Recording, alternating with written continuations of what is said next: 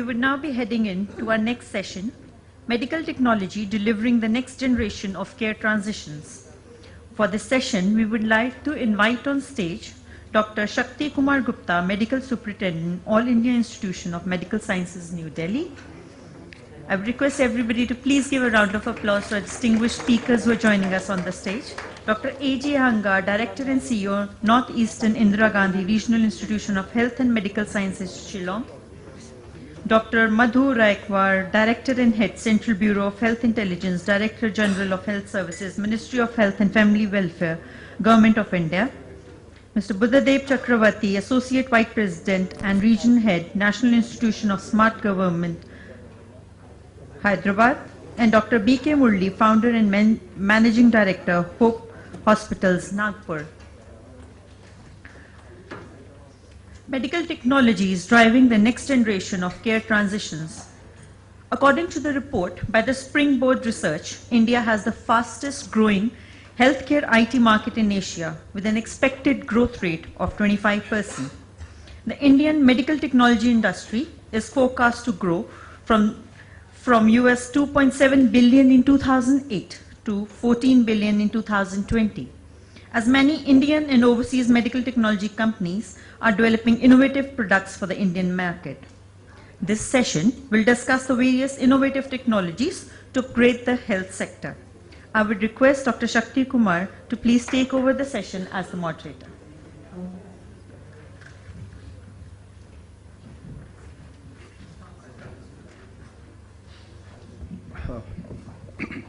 How much time? 1 hour? It's already 1:45 minutes? Okay. Right. Good afternoon, ladies and gentlemen. Already we are late by about 45 minutes. So the time given to us is of 45 minutes. This is actually very important session actually which we want to discuss. Medical technology driving the next generation of care transitions. Actually, a lot of changes are happening as far as healthcare delivery is concerned. I will just read a quote from Lawrence Mill. The achievement of excellence can only occur if the organization promotes a culture of creative dissatisfaction. I repeat, creative dissatisfaction. So let's agree to disagree also on certain issues. Not necessarily that everybody has to agree what we discuss actually. So we are open for any suggestion, any discussions also actually. Before we talk about the medical technology and how it is going to leverage into next generation care, there are certain, while we'll discuss, there are certain essential healthcare service criteria. We always keep on talking when we introduce the technology in healthcare institutions, that whatever technology we are introducing in a healthcare institution, the first and foremost is that efficacy about the technology. Second is the effectiveness, how much effectiveness the technology is that. And biggest question is that how many people or patients, they get access, that is the accessibility to the technology. Then how many people can afford that actually. And above that, what are new interventions or technology we introduce in healthcare institutions, and whether that is acceptable to our healthcare people who are providing the services, whether it is acceptable to the doctors, to the patients, whether the patient is going to accept that technology. And added to these are the issues of cost effectiveness, the cost benefit, as well as the important is the social ethical impact resulting from the uses of technology. Now there are certain important technological criteria which we need to keep in mind. The safety of the technology, the capability of the technology, the result which we want to actually achieve, how much precise the technology is, or intervention that is, and what is its diagnostic validity, and what therapeutic impact this technology is going to have on the patient outcomes, and then what are the progressive outcomes. So these are some of the issues, this we have to keep in mind. But You know, actually, when in my hospital, the doctors demand us very high. They want this, and this is the technology they want, which even if it is not available in India, but they want that I want to be the first. So one thing that we need to keep in mind, we must balance the wish list of healthcare industry. Healthcare industry will come out with some new interventions or technology, and they want to sell in the market actually. But we have to keep a balance between the wish list of the healthcare industry, the need list of the professionals, what is required for the professionals. And above all, the most important is the want list of the patients. So I think we have to keep a balance among all this. So with this opening remarks, we'll now start having a panel discussion. I'll ask questions to this distinguished panelist who is here. Then we'll have a questions in the end of this session.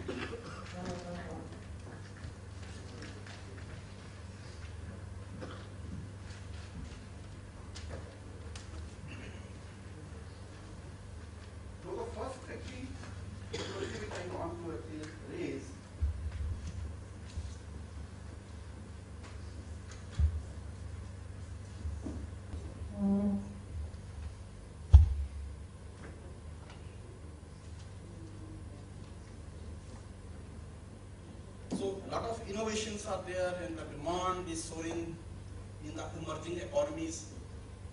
Spending on healthcare in countries such as India will continue to rise with the economic growth. I hope everybody will agree with that, and will become the big market for healthcare companies. And with this, the serving booming economy will require innovations in technology and delivery and business models, some of which will be adopted by the developed countries. It's not only that actually we have to look at the developed countries for any models, but there are enough opportunities in our country. I hope when the Prime Minister said that Make in India, and he also keep on talking about digital India.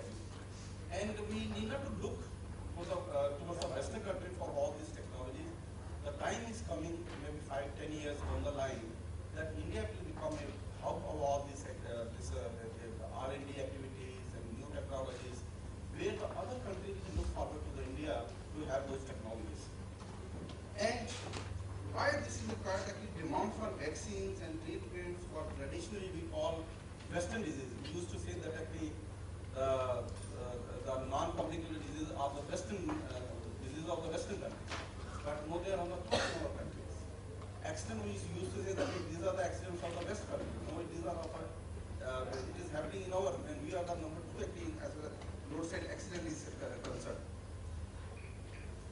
Now, one thing which I would like to ask again, so what are your views, since you have a background from the, you are a special institution in Hyderabad, that is a smart government actually. So what is your take on this?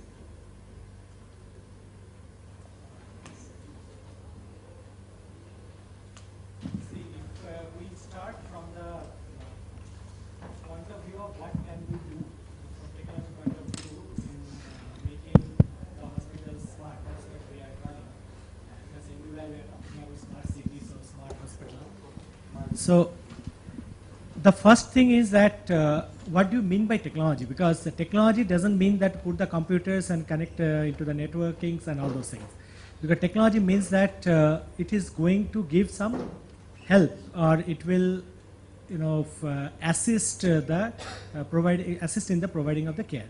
Now, think from the care transition point of view. The first point is that once a patient comes out of the hospital, is the information available? Because information is available with the hospital, but what about with the patient and others? We have seen that if you go somewhere else, another hospital, you have to do the same tests once again. So informations are not passed. Second thing is that when you are talking about a new patient comes in, and when you are diagnosing it, is there any facility available to get the previous information and at the same time some support on this? So these are the various technologies which can we can bring into, so that we will talk in this session itself about evidence-based medicine. We will talk about how the EMR can help in taking the decisions. So those are the various technologies positively we can bring.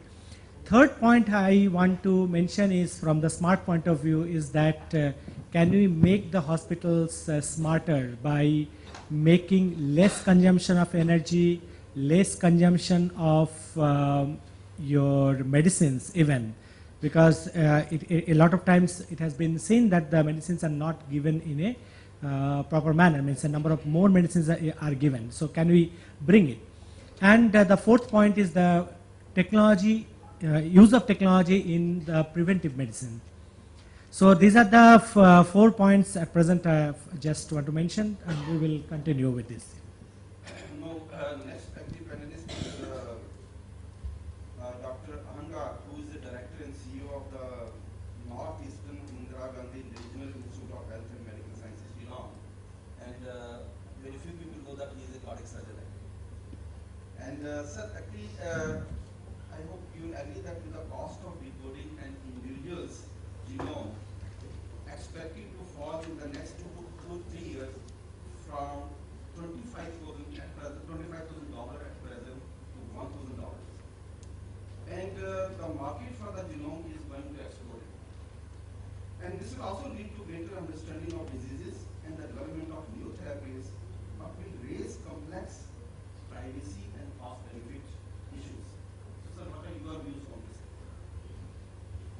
A very good afternoon to all audience and all the dignitaries here.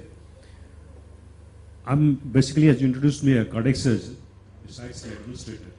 If you see cardiac surgery, the word itself is alarming, and it is so expensive. Take a government sector or take any private sector. An open heart surgery in itself means not less than 2 lakhs on an average. But if it is a complex one, besides coronary bypass, besides any open heart procedure, valve placement, or any cardiac intervention, be a PCI, or be a stent placement, or whatever, angioplasty, then the post-op stay, then the intensive care stay, using ECMO, using other devices like all those suction devices during surgery for minimal access, or down to robotics. The cost factor is so much. In India, same open heart surgery, which costs around 5 lakhs on an average up to rehabilitation, is somewhere around 30 lakhs in Europe, maybe even 50 plus in USA. The more we use technology, be it robotics, be it any ultrasonic devices, be it the investigative modes of MRI, CT, and say for instance LV assist devices, short of the artificial heart. As the number of cases goes on increasing, as the number of surgeons adopting it, as the number of people using the minimal access approaches, the cost factor will come down. But if we don't utilize technology in its right way, we are going to the of hybrid procedures now. Now, when we use hybrid procedure, number of days in the hospital stay, be it intensive care or be it the amount of drugs, the other expenses involved will definitely come down. So we have a bright future. We must invest into the technology, we must adopt the technology, we must go ahead with the technology, then only probably we can give the benefit to the masses and reduce the cost factor overall. Thank you, sir. Now, actually, my next question is to Dr. Maya. She is from the Central Bureau of Health Intelligence, Ministry of Health. Aging population is going to be the big challenge for everybody. Aging population will lead to increase in number of patients suffering from chronic diseases, expensive to treat diseases and disabilities, straining healthcare systems. Now there will be some polarization issues as far as aging population is concerned. Will there be shortage of healthcare workers to cope up with the demand, because our doctors are not trained to handle the requirement of the aging population.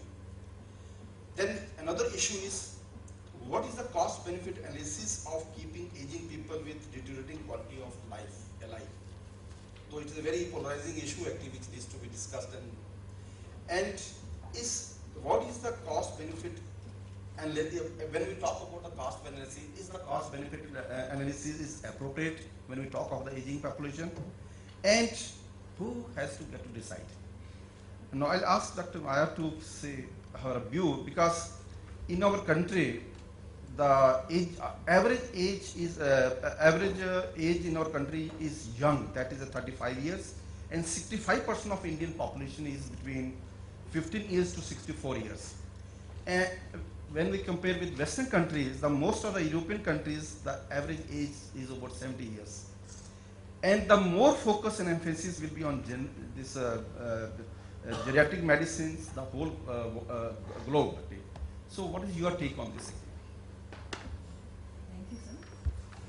My take on this is that as we are in a baby boom this time, but over a period when the expected age will be increasing, that time we'll be really having a trouble for aging population, and we have to cater for their needs and all.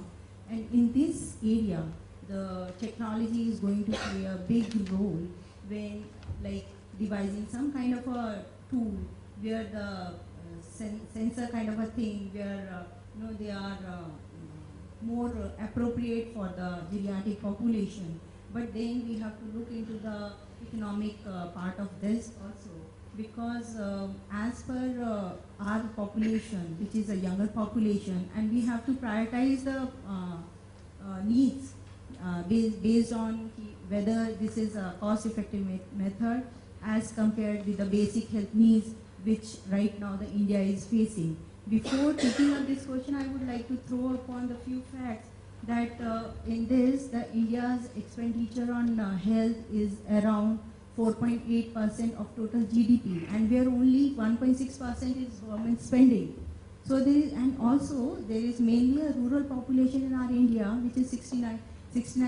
Only 31 stays in the urban population, and that urban population is major chunk is of urban poor. So we have to look all these factors into mind, and there are certain issues of accessibility, availability, affordability, what Dr. Shakti has talked about. These all issues has to be addressed, and then only we can talk about the latest technologies, how they are going to be feasible in India also. Another issue is that actually, when we talk of aging population in our country, we don't have a special facilities, because requirement of geriatric population is totally different. And when I talk about All India Institute of Medical Sciences, we have recently started a department of geriatric medicine. How many institutional country has got that geriatric medicine? Because the requirements are different. So what do you suggest on this actually? Because this is an issue which is going to be, every institution will be facing actually, because their requirements are totally different.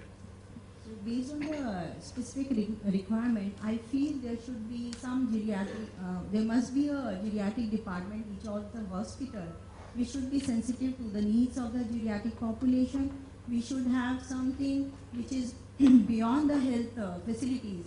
We should have, that geriatric probe instruments or the equipments available even at the railway station. They can, use these kind of a specific equipments, and they become more friendly with the geriatric population. These kind of things can. Well, later on I will ask this question from the audience actually, because that is a very important issue which every institution is facing actually. And another issue is which we would like to address later on, that are our hospitals are friendly to the geriatric population actually. So that is another thing, because when in eye hospital in All India Institute, when I get about say 1300 to 1500 eye patients daily in OPD, but in ophthalmology the geriatric population is much more actually, whereas we focus on creating facility for the young. I will keep it in the last week to address this issue.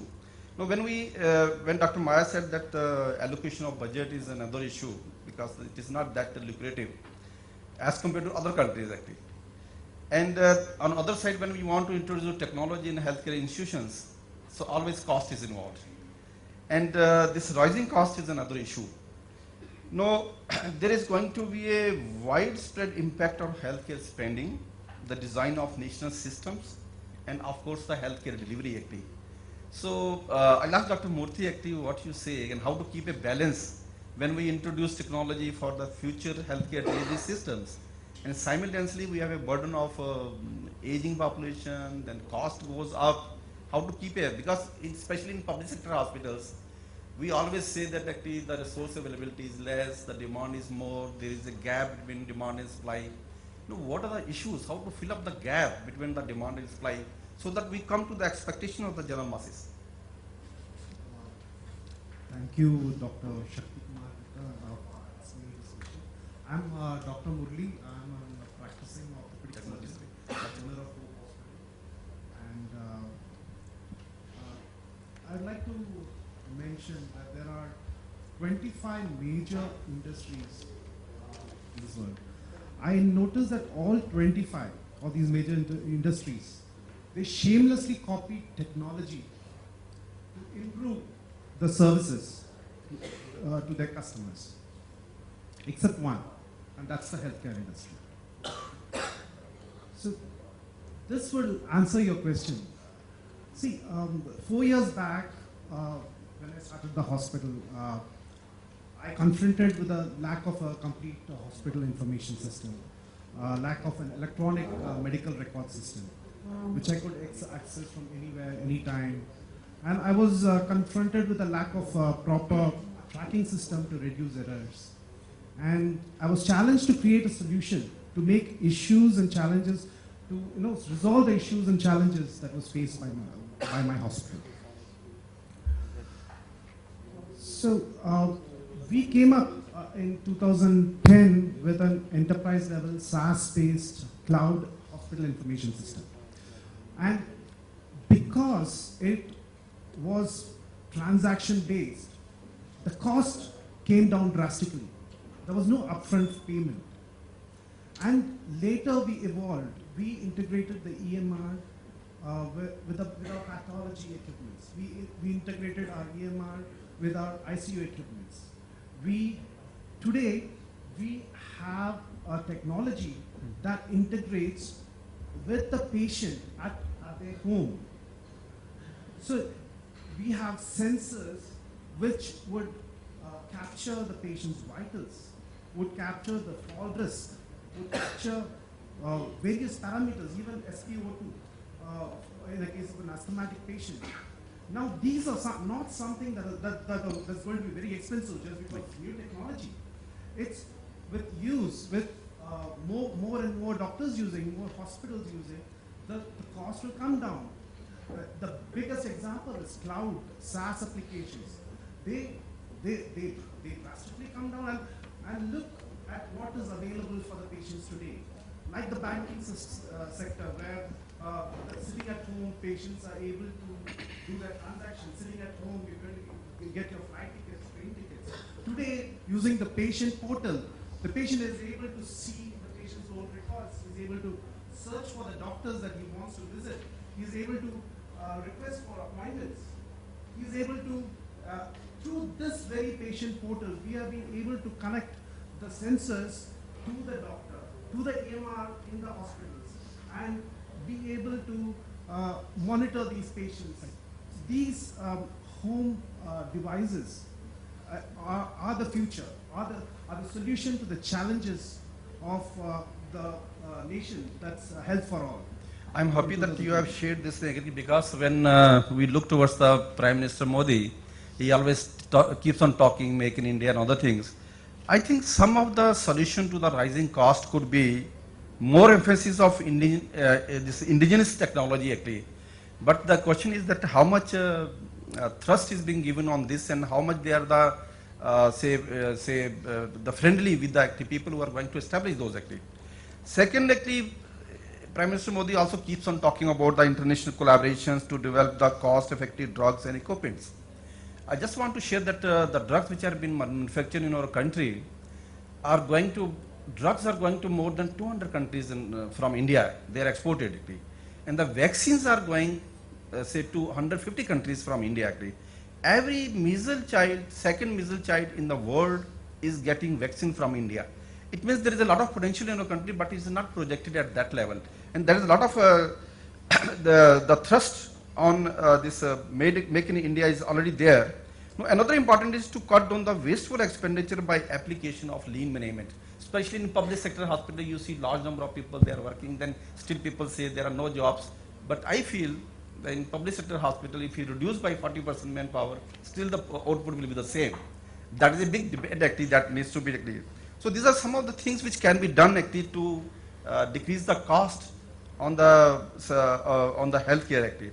Now, another issue which is being debated today, daily almost in the newspaper, you must have seen about the global pandemics. And anybody can give, say reply. I think Maya will be the most appropriate this. The word has become more sophisticated. Madhu, sorry, Madhu. The world has become more sophisticated at coping with the potential pandemics, but urban sprawl, the population growth, the global travel, and rudimentary delivery systems in poor countries ensure that global pandemics will remain a serious threat. I hope everybody will agree with that. In addition to that, there is a burden of HIV and AIDS. In addition to that, swine flu and Ebola and all those issues. So being from the ministry, so what is your take on this actually? See, with the satellite connectivity, we are now being able to, that forecast the diseases and the disasters, and also IDSP, Integrated Disease Surveillance Program, the active online surveillance can be done, where we can track the immediate causes of the infectious diseases, and then when we can look into how these diseases can be tackled at the right time and appropriate time. And with the availability of the data, the evidence-based decision making can be done at the right time. Now, when we talk about this, to make the indigenous, all these drugs and other things, actually, I think this gives an opportunity for the Indian Indian pharma industry also to come forward and manufacture vaccine, drugs for HIV and other things in our country, actually. So there is a lot of potential, actually. So when we say that if we manufacture, then there is no scope, the market is not there. I think enough market is there for all these things, actually. Yes. Yeah, I want to add one point here. Like this swine flu, already the homeopathy has come forward with a swine flu dose. There is a 3 days dose they are giving. Now, why our government health department is not coming out with a injection or some precautionary vaccination on this? It is already available. It's not that it is not available. It is already available. But going to this means government hospitals getting that is more difficult, and people prefer the homeopathy medicine and than that going for this vaccination. May I respond to that, sir, Please. with your permission? Anybody can actually, yes, contribute actually. I would like to make a point very clear here. Vaccination and the injection of the prophylaxis for H1N1, as of now we're talking of swine flu properly, is not the answer. Because we understand it's a viral disease after all, and these viruses mutate quite often. The last strain for which you have the vaccine available today was isolated in 2014 November. And that strain is not relevant today. So please be clear to the audience and to all of the people around that vaccine is not relevant today. The virus today for this swine flu is entirely a different virus. So government spending so much of money, everybody running for it, being in the line, being in the queue, and making mess of everything probably is not the right way. We need to keep updated with the technology, keep updated with the mutation, keep updated with the latest strains. Probably that is the answer. No, please. Also the preventive part. So Yes. like not shaking hands and all. The Indian way come in a way to say namaste, and also the hand washing, frequent hand washing that comes. I think along. these are very simple things actually which we have forgotten actually. Our culture we have forgotten. If you say namaste, don't shake hand. At least you prevent the spread of this swine and other infections actually. And hand washing is the most simplest and easy actually. I think that can be promoted to create more awareness to do rather than going. No, I've seen actually because in AIMS, I keep on getting requests that about the vaccine, about the this drugs and other things actually which is not available in the market actually. Even those people who are not in touch with the patient, neither they are working in the hospital, just actually they have started using the mask and other things also, then they are going for the vaccine in a very messy way. With the result in the market, there is shortage of vaccine also actually. Even the drugs also actually. Because people have started taking drugs presuming that they will become infected sort of thing actually. I have a point to make regarding hospital-acquired infection. Our hospital is an NABH accredited hospital, and NABH gives a lot of emphasis on hand washing, monitoring and analyzing the hospital-acquired infections. And because we also have a technology which we call DRM-HO, we went from hospital to hospital, big hospitals in central India, to know how they are monitoring and analyzing the data. And we were shocked to find there is so much of data they collect using the technology, but there's no analysis. They are in a state of analysis paralysis. You know, if the hospital cannot analyze the data, how are they going to improve the quality? How are they going to reduce errors? How are they going to reduce hospital-acquired infection? But this is a very unfortunate that in India we don't have a data actually, we don't share the data actually. That is a big thing actually, that is the problem we are facing. And if we don't have a data, we don't want to share a data actually, then how there is going to be developed some new interventions and other things or research in that field actually. So another thing which is important, which is being discussed when the Prime Minister Modi took over that the smart cities. So since you are looking after smart cities in Hyderabad, that institution of smart cities, and we keep on talking about intelligent hospitals, smart hospitals, and what do you think, what is this smart hospital which everybody keeps on talking about, smart cities actually? How these smart hospitals can deliver actually, keeping in view the latest innovations in technology and all that? Yeah, see, first point is that this smart city or smart hospital, this is a little bit of misnomer. And like our organization name is National Institute for Smart Government for a long time. It was formed in 2010. So, 2004. So 10 years now. But the point is that smart, what we wanted to mean as smart is that with the implementation of technology, we call it ICT, Information and Communication Technology. So with the implementation of technology, is it possible to bring more efficiency, more transparency, and more effectiveness in the delivery of the care? So that is the primary thing. Now, if we come from that point of view, so the first thing is that the smartness is, first thing is that when patient is going to visit any hospital, whether government or private, he or she should know everything about what is going to happen in the hospital. There should not be any surprise that they go to the hospital, then start finding out what is going to happen. So that is first thing. So that knowledge should be available, or the information should be available to the patient before itself. It is very common, means we can think that why it is like that, you know what will happen, but I myself have seen it is, it doesn't happen like that. Second thing is that the information of the patient should be available. Like, for example, we call it critical care data, CCD. Now this critical care data, like if there is any allergy, whether blood pressure is there or not, whether diabetic or not, so some of this information that should be available. How it will be available, that is the smartness. Either some number will be there, with that they can find it out, or a card will be there. Some process we have to find it out. It is not available today, that's why I am saying. So some information should be available. It happened with my mother only. She broke her leg, but after 8 hours, the condition was not for her leg. The condition is that she is allergic to sulfur, and a sulfur medicine is already being given. It was a life and death condition for next 48 hours. So those type of things should not happen. Third point is that if you call it as a smart, then that coziness of the patient.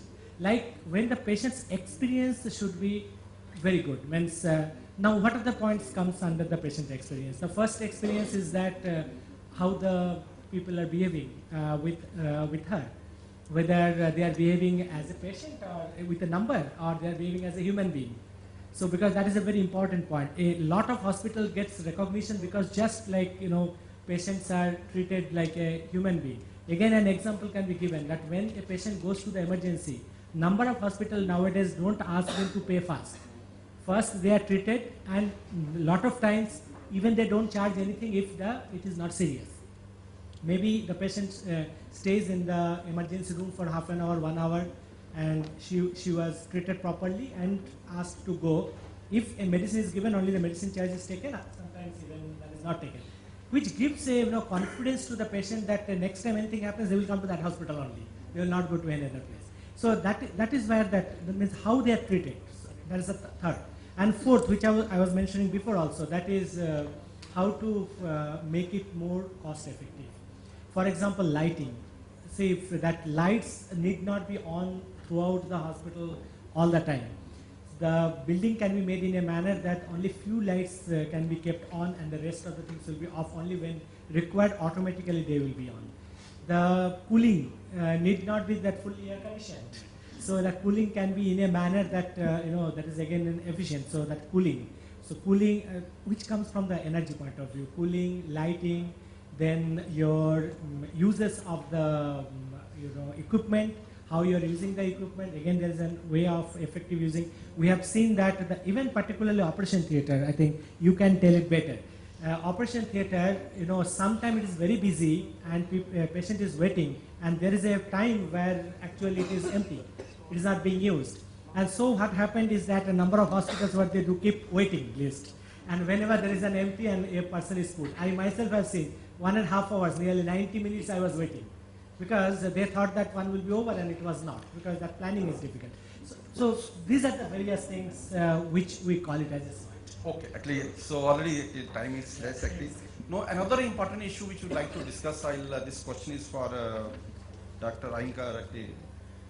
Sir, actually, now everybody keeps on talking about evidence-based medicine actually. The data on outcome will increasingly be used to develop the standard protocols for treating many diseases, resulting in a movement away from the long dominant what you and your doctors decide. That is the best, that is a judgment-based medicine actually. So what you suggest as far as this evidence medicine, what is going to be the future of evidence medicine in our country? So thank you very much for this question. I was briefly just noting down a few points which came up during the discussion. May I submit that, maybe a bit irritating for some, but however, I have the freedom of expression. Yes. Ultimately, it comes to the cost factor. Whatever we discuss here, whatever we are concerned is, how do we limit the cost factor? So whether we use latest technologies, whether we use the smart hospitals or the smart services in whatever form, I think the last word is how to minimize the cost. The one thing that I'm speaking is probably irritating, what I said is, as an administrator, I've seen the availability of doctors. We're talking of the doctor-patient ratios in the country. 1 is to 1,000 or 2 is to 1,000, something like that. If you see, a good number of doctors are not available in the hospitals when they're supposed to be there. A good number of doctors are not available at a given service where they're supposed to be. I'm not talking only government sector, I'm talking even the private sector. If you take care of their leaves, their leisures, be in the name of conferences or workshops or whatever it is, probably that can be minimized and the availability of the patient can be maximized, number one. So the cost factor definitely will be to a great extent optimized. Number two, I want to make it very clear. We can have outreach programs, we can increase the health awareness, we can minimize the load to the hospitals. Number three, I want to make it very, very clear that we are putting a lot of stress on ASHA, healthcare workers, Ayush, and all other alternative systems of medicine. I'm sorry to say, we are creating alternative manpower with minimum advantage, with minimum output, with minimum things when you talk of evidence-based medicine. When an MRI, CT, ultrasound, Doppler, or any mode of investigation, or gamma camera tells me that this is a particular mode of treatment, be it open heart surgery, be it stereotactic neurosurgery, be it rehabilitation in an oxygen chamber, or so on and so forth. Ayush is not going to be the answer at all. That is waste of time, that's waste of effort, that's waste of the services. Let us be on a positive side of what we are talking of technology today. The more we use it, I repeat, from nanotechnology to hybrid theaters, basically as a cardiac surgeon, from artificial heart devices to all other supportive systems, to minimize the hospital stay, to minimize the expenses in the intensive care. We must adopt technology, the cost factor will come down. Apple of Newton has made a lot of difference to the Apple of Steve Jobs today. Let us use mobile technology, Let us not think of the smart hospitals only. Let us talk of smart services through internet, through Facebook, through WhatsApp, through simple messaging. You can deliver the right care to the patient. I'm glad to share that part. Yes, the ultimate things where you need the hospital management. Let only that part reach the hospital. The rest of the things, to a great extent, 60% can be managed in the peripheries. Thank you very much. Actually, one apprehension I have got that actually when we talk about evidence-based medicine, the insurance company and the healthcare staff will come up actually and they will decide the SOPs and protocols for all treatment modalities. And if there is a deviation, that the physician to be penalized and also why the patient has stayed more than that. Actually. So these are the big issues which need to be addressed. Actually. Yes. I would like to say clarity on some points in what he has discussed, being a public health specialist. I would like to quote, being a national nodal agency for collecting of data, we do admit that we are very poor in collecting the data. However, we analyze the data and come to a conclusion so that the evidence-based decision can be taken. And I would like to cite one example that recently we have done a GIS mapping of all health, public health facilities as well as the private health facilities, where we have taken into the indicators on the accessibility, availability, affordability, all this. And then when we have analyzed, of course it is on a pilot project kind, where we have taken the 4 districts, and we have come to a point and allocation of the resources can be optimized by doing such kind of a research, and where the technology has played a greater role. And sir, we do realize that in India, the rural health population, which is quite huge, and there is a huge shortage of doctors, we have to include Ayush or some other method where we can optimize our resources. Yes, actually, since we are short of time, actually, so next question will be to Dr. Murthy. Actually, on one side we talk about the shortage of doctors, shortage of nurses, and the paramedics and other things. Actually, what is your take on non-medicals providing the care? Because we cannot provide a specialist doctor in each and every corner of the country, and somewhere actually how to fill up the gap so that actually more specialized work can be given to the highly qualified people, and the other savvy skills can be given to the non-physicians, or you can say non-medicals providing the care. Your question is how to reach the unserved population. I would say the answer is telehealth, e-health, in-health. That's the solution, and not replacing doctors. It is the devices like home use devices, which a non-medical person can help the patient use. Those various sensors that various speakers have been talking about. So these are the devices and the e-health and in-health modalities that should be used for the to reach out to the unserved. But unfortunately, in our country, the telemedicine has not come up to that level. Actually, if I remember that in 1998, I went to Hawaii and presented a paper on scope of telemedicine in our country, and I submitted a country paper to the ministry at that time. But still, that long way to go. And I think in future there is going to be more emphasis on nurse practitioners, the physicians, assistants, and others who are graduates in modern medicine. Actually. Then actually the Ayush is going to play a great role, and there is a need to develop the rural doctors, which our government is discussing, but how far they will be able to deliver, that's another big issue. And there is a need to train the paramedics in more professional way. Unfortunately, the training of the paramedic is not of that level, so that you can have confidence and trust in their healthcare delivery. Now, another important issue is, which I like to say raise, that payers influence over the treatment decisions. I think, Mr. Chakrabarty, you can say on that actually, because when I get insured, or maybe when I paying to the hospital, then how this is going to actually affect the decision in healthcare delivery or treatment modalities actually. Yeah, this is a very important point. Actually, one of the complaints which we are having is that a patient is admitted to a hospital and unnecessarily the patient is kept for a longer period. I don't know whether it's true or false. That is a different story. I'm not going into that argument. But the point is that the payer can, have a way of stopping this. Like the payer can say that for this type of problem or this type of treatment, only 3 days is required. Fourth day will not be there. If for any reason it is going to the fourth day, hospital has to take care of the rest of the part, because it should not take more than that. Or if there is a complications really, then they have to change the that item, the disease from that X2 to the Y. At the same way, it can be also put to the those who are paying on their own, on where the government is paying, in the same way that there should be a control on that. And if it is possible that if we can put the control there, chance will be very less that the hospital will unnecessarily keep the patient for a longer period.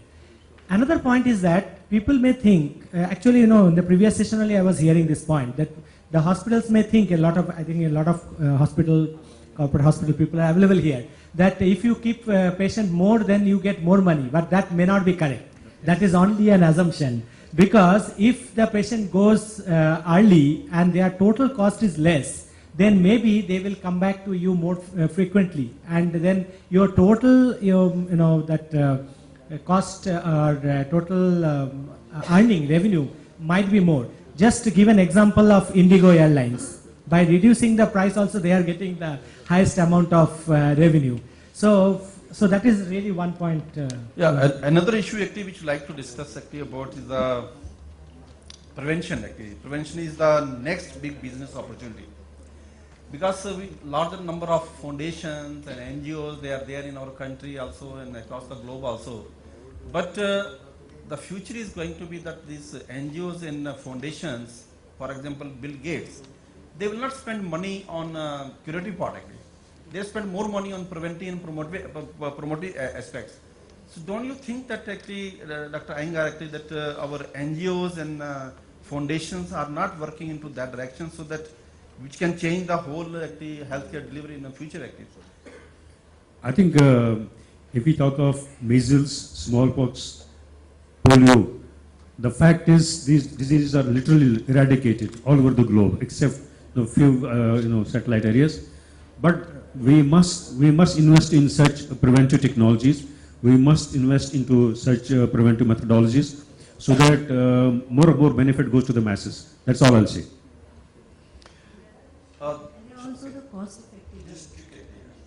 Another important issue that we keep on talking, that we should have a excellent infrastructure in our country to attract the medical tourism, health tourism and medical tourism actually. But for medical tourism and health tourism, we need to have an excellent healthcare facilities, not only in the metros but in the rural areas also actually, so that people can go and have a health tourism actually. There are two different concerns between the health tourism and medical tourism.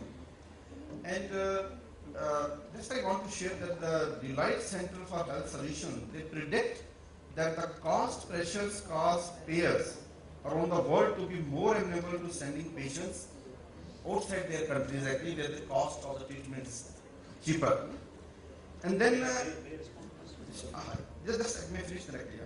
Then actually I think there is a big challenge for Indian hospitals to get up to catch upon this type of opportunity, because we have excellent hospitals coming in metros, but there is a need to have a good hospitals in Tier 2 and Tier 3 cities.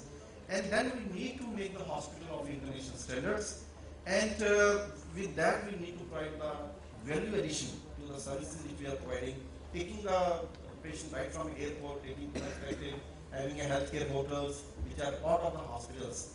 Actually, you can give your view about this.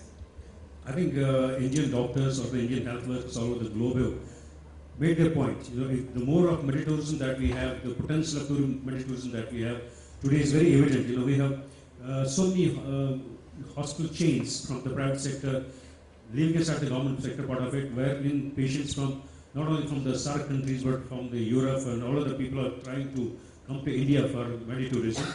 And the point is that we must invest into the sector, we must explore further possibilities into the sector, so that we generate not only more of the money from out of this thing, but we devise our own technologies, we indigenize our own methodologies so that we can attract more and more tourism, and we can be the leaders in the healthcare all over the globe. If we see people opting for India, it's only for the cost factor part of it.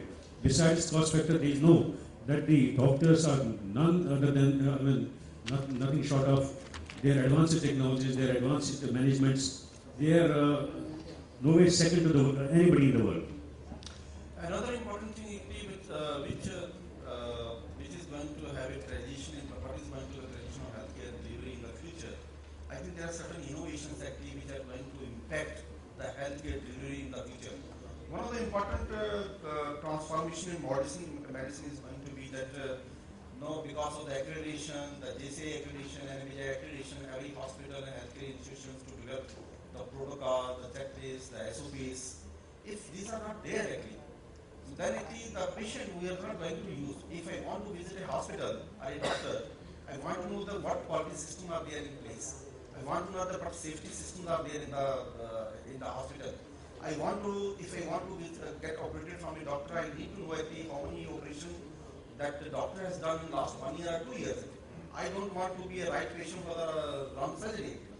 So I think these are issues which are actually going to dictate the future healthcare delivery in our country when we talk about quality in patient. Initially, we used to talk that right to health is a fundamental right of each and every citizen of the country. But as of today, in the modern era, right to quality and safe care is the fundamental right of each and every citizen of the country.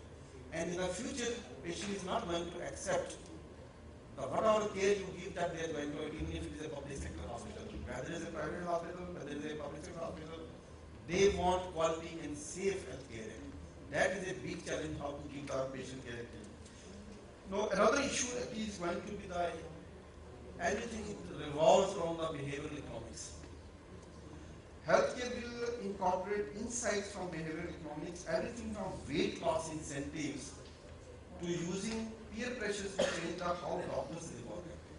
The insurance companies are going to keep a check that you don't increase your weight, body weight. If you increase, the premium will be more. If it is within that, so they will reimburse your bills, and this is going to be a scenario in the future. Another is that the patient portals you have already discussed. Now I'll ask actually you, Dr. Murali, actually that when we talk about the patient portals, just in short, how patient can be benefited from that actually? Patient can search for the doctors he needs from the portal. He can request appointments. Doctor in turn confirms the appointment. Patient can look up his medical records. He can look up his radiology reports, lab reports. He can even link his the devices, the home care devices, to the patient portal, through which the doctor is able to access in his electronic medical record in the hospital all the parameters of the patient, the vitals, the fall risk, all the parameters to the portal. These are the benefits. Then another thing actually which I feel that how the future scenario will be actually, I'll ask actually Dr. Iyengar. Stem cell research actually is going to lead to the treatment for cancers, multiple sclerosis, spinal cord injuries, and other intractable conditions actually. Now there is going to be a big role for the regenerative medicine actually. So what do you say about this regenerative medicine, which is how it is going to actually dictate that future treatment modalities in our country? Well, I'm not the cancer specialist, but it's definitely, so far as stem cell is concerned, it has come in a big way. If we talk of the leukemia for that matter, the blood cancer, if we talk of many other cancers, wherein stem cell has definitely made its point. If you talk of other degenerative diseases, be it coronary artery disease, be it any molecular genetics that are involved in it, I think there is tremendous scope for the stem cells to come in. Because of the paucity of hand, probably I'll not be much into the business to dwell on it, but then stem cell and nanotechnology and all these things are the future of medicine. What do you say about nanomedicine and nanotechnology actually, how it is going to play an important role in future healthcare delivery? So the medicine today is not restricted to the body or to the organ. It is restricted to a particular type of tissue or particular type of cell. And we have gone now to the subcellular level. So when we talk of the mitochondria, we talk of the ribosomes, we talk of the nucleic acids, we talk of the DNA. I think the interventions are going to be at that level. So more and more of the nanotechnology, more and more of the cell surgery, more and more of the genetics are going to play a huge role in the future medicine. Another thing, actually, when we talk about what is the future, I think I'll ask our expert from smart cities. There is going to be a scenario of predictive medical technologies. Means predictive medical technology based one of the institute which is based in San Francisco. They are developing a program that sucks in all the data generated in a hospital's intensive care units. They plug the information into an algorithm, and then they identifies which patients are likely to experience a heart attack or other forms of distress, maybe a stroke. So they'll be able to say predict what is going to happen to the patient in coming 24 to 48 hours in advance. I think this trial is underway at the University of Utah Hospital in Salt Lake City. The eventual goal is to expand the program's capabilities so that it can monitor condition throughout the hospital. If future is going to be the like predictive medicine, that you are going to predict what is going to happen to the patients, actually say after 24 hours, I think that is going to be the big innovation which is going to take place, and which we can predict that after 24 hours what is going to happen, and we can take the remedial measures in advance. Then another important issue which I like to discuss is that the robotics, use of robotics. Now everybody keeps on talking that we should use more robotics, and the question comes, is your doctor becoming obsolete? The robot will see that you know. No, then question comes, if robotics are there, do we require doctors? No, we positively require a doctor, but the doctor need not be present there. So that is the point. So all these technologies only is an enabler. Technology cannot do or perform the duties of a doctor.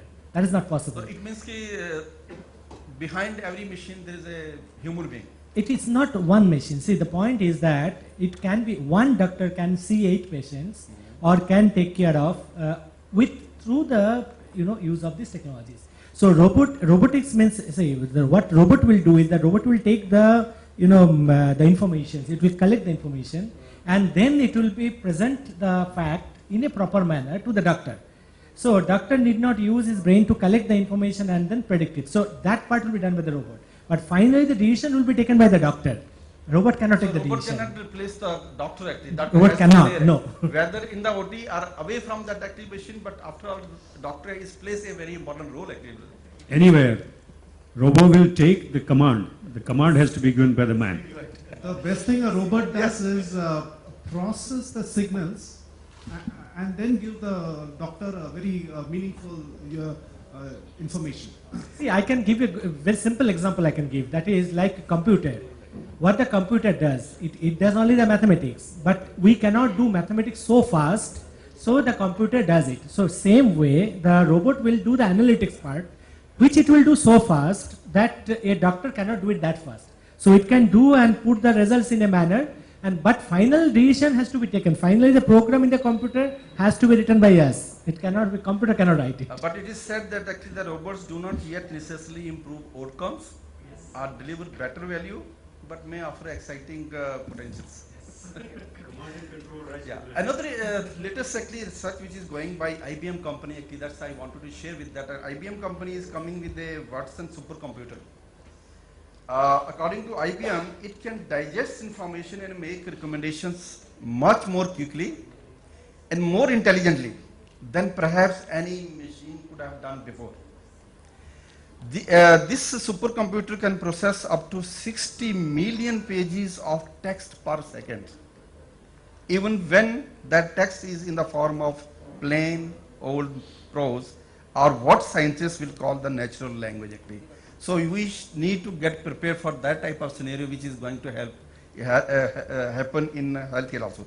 Another thing I would like to share to end with this, because the time is already over. This is such an area where a lot of excitement is there, lot of opportunities are there where we can work. Another concept is coming of a stealth vest, that You have a sensor underneath your clothes, actually you move, whatever parameters change, immediately the doctor is controlling, sitting away from your hospital.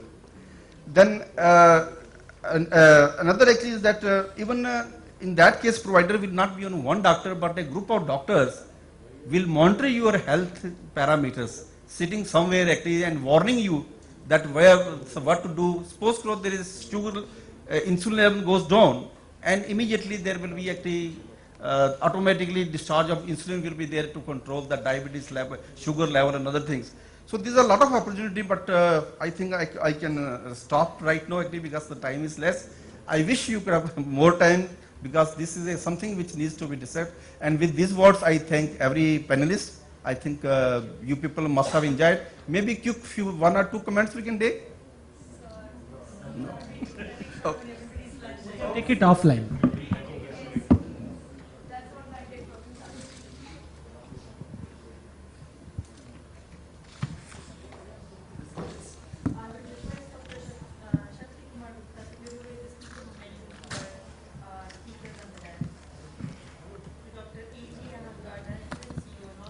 Indira Gandhi Regional Institution of Health and Medical Sciences, Shillong.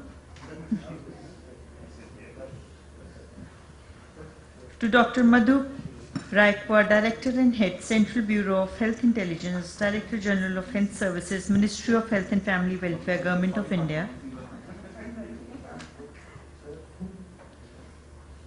To Mr. Buddhadev Chakrabarti, Associate Vice President and Regional Head, National Institution for Smart Governance, Hyderabad.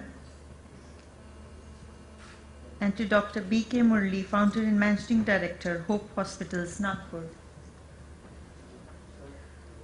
I would also request Dr. A.J. Hangar to give away the speaker memento to our moderator for the session, Dr. Shakti Kumar Gupta, Medical Superintendent, All India Institution of Medical Sciences, New Delhi. Thank you so much, sir, for being an amazing moderator for the session. I would request all the speakers for the session to join us in front for a group photograph.